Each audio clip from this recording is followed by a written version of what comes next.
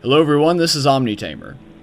Since E3 is just around the corner, and last year at E3 Nintendo announced that they were going to make some big reveal about Super Smash Bros. At this year's E3, I felt it was important that I go ahead and speak out on the subject, specifically about what new characters might be coming out for the Wii U and Nintendo 3DS.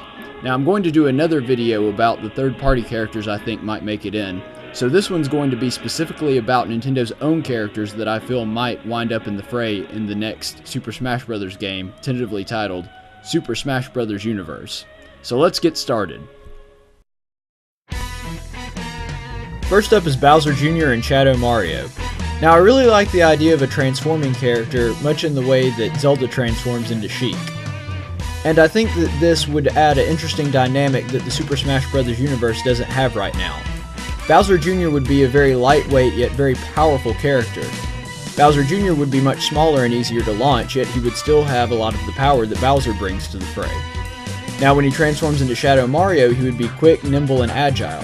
But he also wouldn't be just a clone of Mario, since he would have his paintbrush and other attacks that Mario doesn't imitate. So I think he would bring a lot to Super Smash Bros. Because he adds an element they don't already have. Next up is Dark Pit from the Kid Icarus series. Now I know what you're thinking, Dark Pit's abilities are very similar to Pit's, but I think that Pit should remain fairly much the same as he did in the original Super Smash Bros. So what they could do with Dark Pit is, instead of him having the same bow and arrow, he could have several of the weapons that were shown off in the new Kid Icarus Uprising for the Nintendo 3DS. In other words, he could use clubs, cannons, or a variety of other weapons that were found in the game. I think every character represented needs some kind of rival character to be able to fight, and since Medusa and Hades are far too big to be a playable character in the new Super Smash Bros. Game, Dark Pit makes a much better fit in the Super Smash Bros. Universe.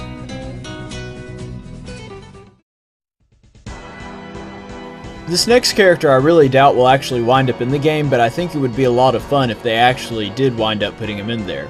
I'm talking about Vaety from the Legend of Zelda series. He's most famous for his roles as the primary antagonist from the Legend of Zelda Minish Cap and Legend of Zelda Four Sword. The reason I think he would make an interesting addition is because he uses wind magic, and because of his wind magic, he would be able to keep characters at a distance while attacking them from afar. While long-range combat is not a new addition to the Super Smash Bros. Series, few were able to keep their opponents at a distance in a way that Vaety would be able to. It would be sort of similar to the way that Mario's Flood Attack or Squirtle's Water Gun Attack doesn't really do any damage but keeps enemies at a distance. The only difference is he would be able to have wind magic attacks that both do damage and just keep opponents away. He could also have several attacks that hit multiple targets at once because they have a wide range. And for his final smash, he could transform into his Wind Mage form like he does at the end of Minish Cap.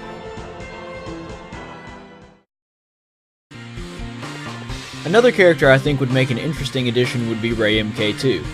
Now, I'm not going to pretend like I know a lot about this game. The truth is, the only thing I know about it is a little bit that I've played from the Nintendo DS, and from the trophy that I saw in Super Smash Bros. Melee.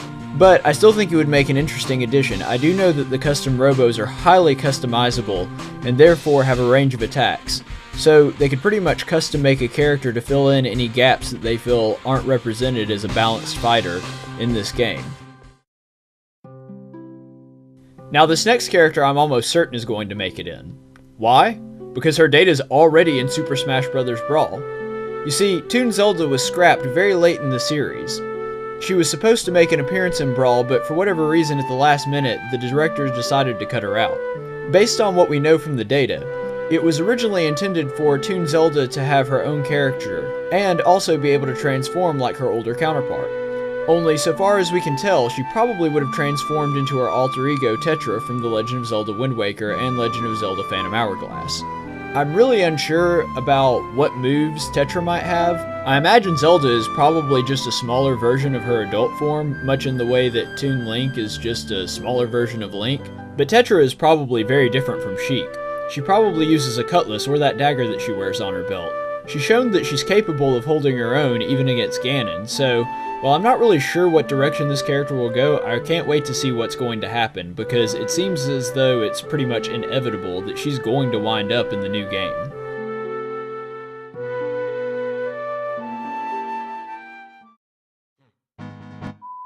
This next character I'm pretty proud of. While Animal Crossing does have a stage in Super Smash Bros. Brawl, it doesn't have any characters to represent it. I think that the perfect character to represent it would be KK Slider. Admittedly, he's going to be a lot harder to integrate since he doesn't actually do any fighting in Animal Crossing, just like anyone else doesn't do any fighting in Animal Crossing.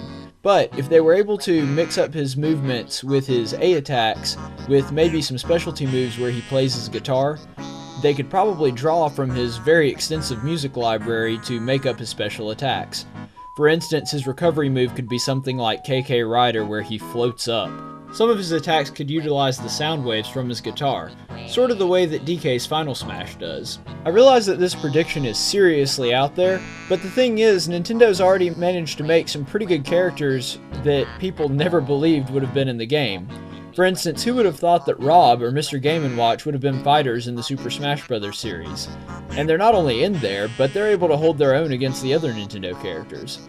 So all in all, I don't think it's that far-fetched to have a character like KK Slider, who is pretty much universally liked by Animal Crossing fans, in this game.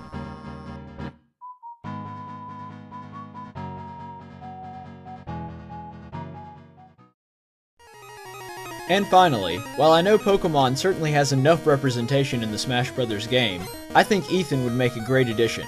I think his Pokemon set should be Chikorita, Quilava, and Feraligatr, much in the way that the original Pokemon trainer is able to switch between his 3 starter Pokemon in various phases. Chikorita's moveset should center around status effects. For instance, she should be able to use Sweet Scent or Poison Powder to lull opponents into status effects and then switch forms to Quilava or Feraligatr to finish them off. I think that this would be a very interesting dynamic and allow a transforming character to function together with its other forms in a way that hasn't really been done yet. Quilava should be primarily concerned with speed, and use moves like Flame Wheel and Quick Attack to quickly zip around the stage, confusing his enemies.